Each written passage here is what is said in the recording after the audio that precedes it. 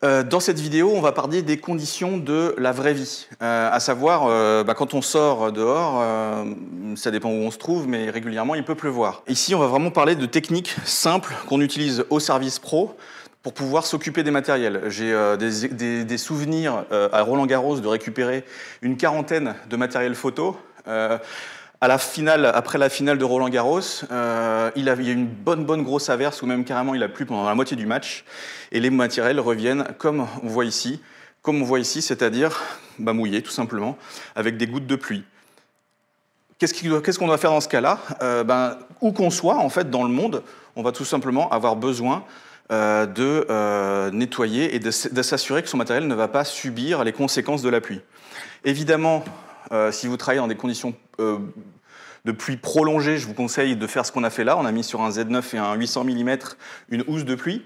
Cette housse de pluie, elle est absolument nécessaire, elle est très pratique. Celle-ci, elle est en téflon en plus. Elle va protéger l'ensemble du boîtier et de l'optique. Mais dans plein de conditions, on n'a pas la possibilité de protéger son matériel. Donc, il se retrouve comme ça, c'est pas grave, il est fait pour, il y a des joints toriques qui permettent de prévenir le fait que la pluie rentre dans le matériel.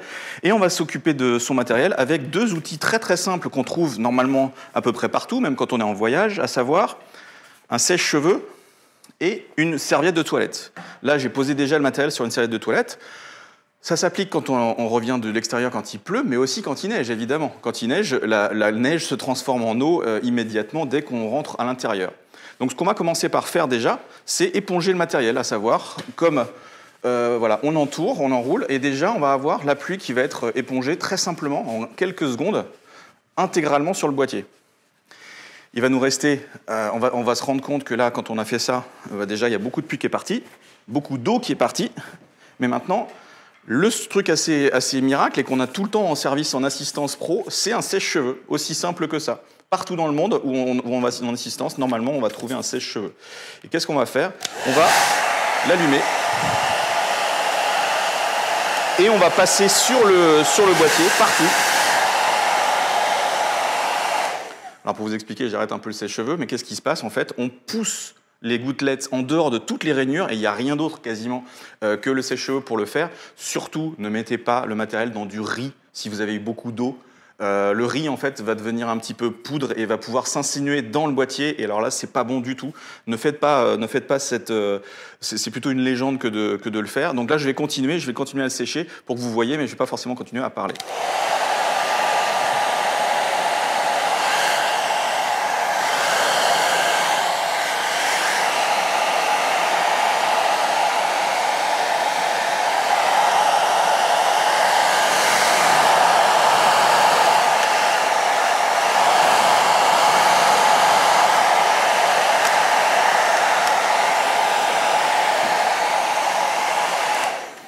Voilà. En fait, ce qui se passe, c'est qu'en même temps, les gouttelettes sont propulsées à l'extérieur de toutes les rainures, y compris même des cartes mémoire. On vérifie quand même que tout va bien. Au niveau de la trappe batterie, c'est pareil. Et on a la possibilité de vérifier que tout est bon. On va aussi avoir une attention particulière pour tout ce qui est baïonnette. Il y a un joint ici, caoutchouc, qui protège l'optique et la monture boîtier, parce que baïonnette et boîtier sont quand même un des endroits les plus sensibles en termes de perméabilité éventuelle, et donc on vérifie que tout est bon.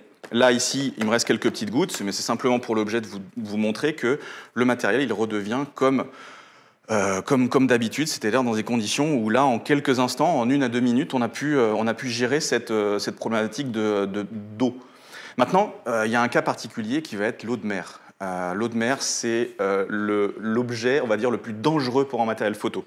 Tout simplement parce que dans un boîtier, si l'eau de mer rentre, elle va s'insinuer dans les cartes électroniques un peu partout. Elle va même avoir une sorte de croissance du fait du sel de la mer.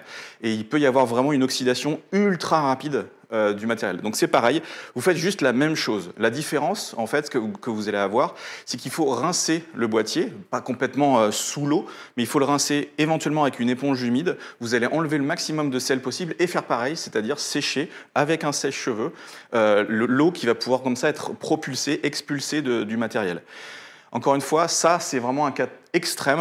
L'eau de mer, vraiment, est dangereuse pour les boîtiers. Ça, c'est la vraie vie. Boîtier, maintenant, on a parlé donc de la partie eau de pluie, la neige, l'eau de mer. Alors qu'est-ce qui se passe quand on va dans le froid maintenant? C'est une des autres conditions qu'on va rencontrer quand on va faire des photos en extérieur.